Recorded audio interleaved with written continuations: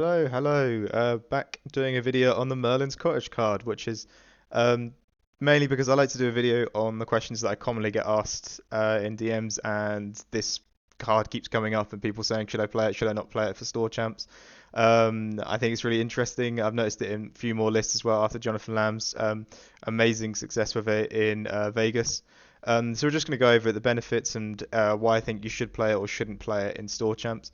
And of course, to get the best response on this, because it's not a card that I've came up with using, it was Jonathan Lamb. I did ask him about it, and of course, we've got that video on it that I did that's in the channel. I think it was 2 or 3 videos ago. And he also has his own guide as well, which is the merlinscottage.com, which is a cool website name. So I'll link that as well in the description if you want to go there and get some more advice from the player. So it's yeah, just really useful.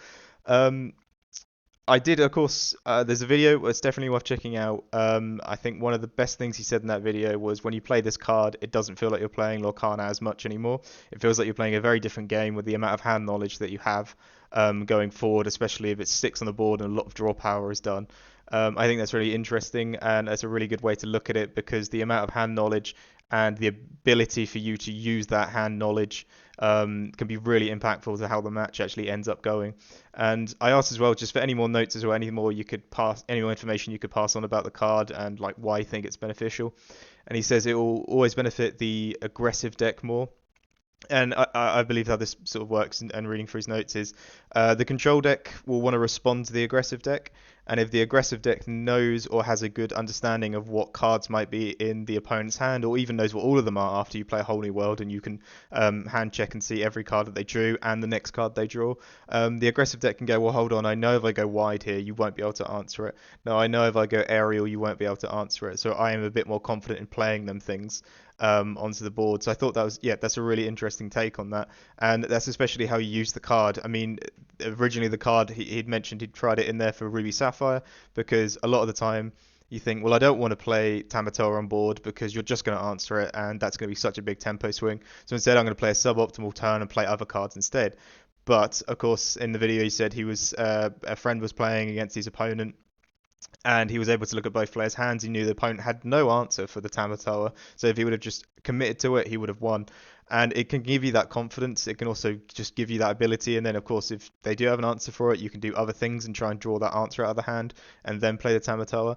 So I think that's really interesting. And of course, you can use that in so many other matchups as well, where you just think, if they have this particular card in hand, I don't want to play this card.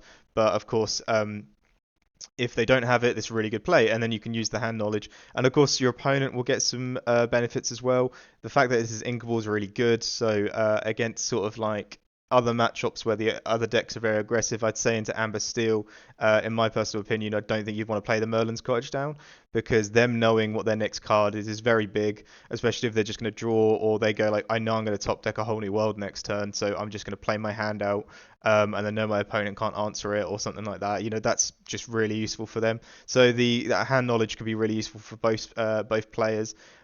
We watched it in one of the finals as well. He played it against Green Purple. I think that's kind of cool as well because Green Purple can try and be a bit of a control deck as well. But I think that was just looked like fun and trying to get the card out and trying to show it off to people. But yeah, it's how both players sort of use the hand knowledge and the next card draw. If you think you're just better at using that knowledge than your opponent, maybe because you run the card and you've been playing a lot with the card, you just think you can get so much more worth out of it. It's entirely worth playing against most decks, I'd say. Maybe not Amber Steel. I'm going to keep throwing that one out there because I don't want my opponent knowing he's going to top a whole deck, whole new world.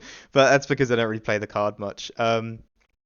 But yeah, I think those are the sort of interesting points, and it does really change the dynamic of the game and says like, right, we're just going to have insane hand knowledge now going forward.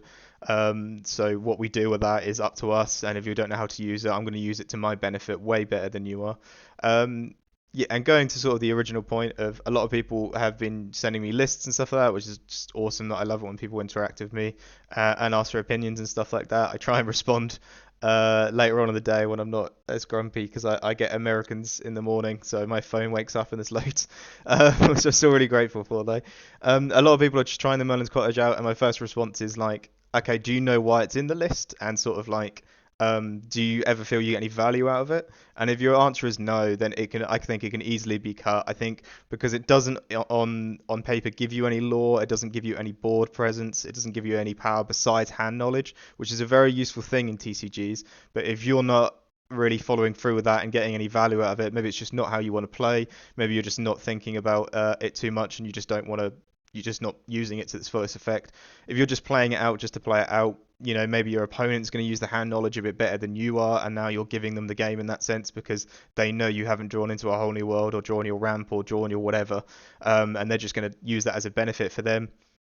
So definitely, I'd say you've got to scrim and play some games with the card, see how you work with that extra hand knowledge, see if it ever benefits you, and if it doesn't, I think it's definitely a card you just cut and then you just put in another Fortisphere. I believe is Jonathan Lamb cut for his. He took a Fortisphere out and put Merlin's Cottage in. But if not, I've seen other lists. Like I'm going to put this one up here. I think it was a French event. It's gone to 2, so definitely is seeing a lot of value with the card. So if you are, I think 2 is also not too bad either. If you really just want that hand knowledge. It can also just be, I'd imagine if someone played a Merlin's Cottage against me, it's going to throw me really off game. It's rare that any deck really would want to deal 7 damage and put it into the Merlin's Cottage, and also it's never like you're both got the hand knowledge, so it's sort of like I don't really care if it sticks or not, but also probably should deal with it, but also I don't want to. So it's probably whenever it gets played, it's going to stick, which is the interesting thing. But yeah, I don't think you mulligan too hard for it. I think it's a benefit if you get it. You of course want to get it before a wheel, so then you can wheel and get the hand knowledge. But generally, if you're scrimming with it and it's just like, hey, there's this card, I just keep inking and I'm not using it, just don't stick with it. But if you're finding a lot of value in it and you're finding that the hand knowledge is improving matchups, primarily against the control decks like Ruby Sapphire, which is the main control deck in the game right now. There isn't really many other control decks. Maybe Lemon Lime, I guess you can put as control as well. But if it's not, just take it out and just put in and use that space wisely for more removal, more filter cards, or just the buff numbers in your deck. But yeah, that's sort of my thoughts on the Merlin's Cottage cards.